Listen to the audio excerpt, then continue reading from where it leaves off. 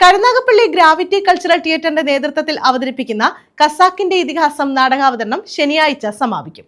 Trikaripur KMK കലാസമിതിയിലെ 70ഓളം കലാകാരന്മാരാണ് നാടകത്തിൽ അണിനിരക്കുന്നത്.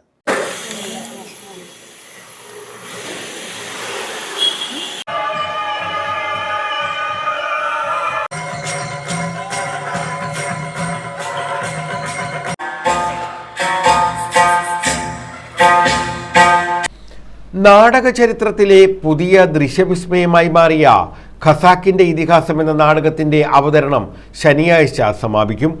Gravity cultural തിയേറ്ററിന്റെ നേതൃത്വത്തിൽ OV വിജയന്റെ പ്രസിദ്ധ കൃതിയെ ആധാരമാക്കി നാടക പ്രവർത്തകൻ ദീപൻ ശിവരാമനാണ് ഖസാക്കിന്റെ ഇതിഹാസത്തെ അത്യപൂർവമായ ദൃശ്യാവിഷ്കാരമായി മാറ്റിയത്.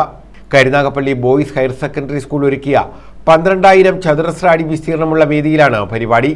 മലയാളത്തിൽ ഏറ്റവും അധികം ചർച്ച ചെയ്യപ്പെട്ട കൃതിയായ ഖസാക്കിന്റെ ഇതിഹാസത്തിലെ ഖസാക്ക് എന്ന ഗ്രാമവും അവിടെ ഏകാധ്യാപക വിദ്യാലയത്തിൽ അധ്യാപകനായി എത്തിയ രവി എന്ന ചെറുപ്പക്കാരനും അയാൾ അവിടെ കണ്ടുമുട്ടുന്ന കഥാപാത്രങ്ങളും അവരുടെ മിത്തുകളും അപ്പുക്കിളിയും ഷെയ്ഖുമിയാൻ തങ്ങളും ആകാശവും ചെതലിമലയുമൊക്കെ വിസ്മയം തീർത്ത നാടകത്തിന്റെ വേദിയിൽ എത്തുന്നുണ്ട്.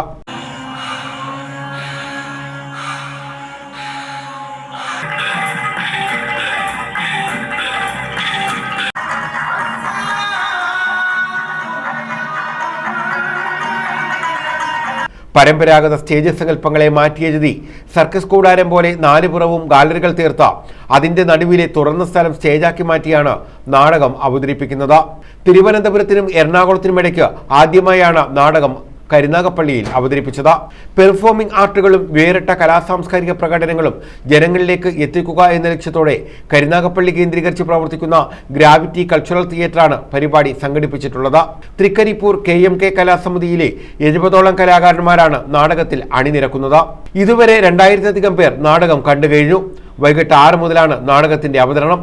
ചലച്ചിത്ര സംവിധായകൻ ജയരാജ്, നടൻ ജഗദീഷ്, രാകേഷ് ശർമ്മ തുടങ്ങിയവരും നാടകം കാണാനെത്തിയിരുന്നു. എല്ലാവരുടെയും പ്രശംസ പിടിച്ചുപറ്റിയാണ് നാടകം മുന്നേറുന്നത്. News bureau, Karunagappally.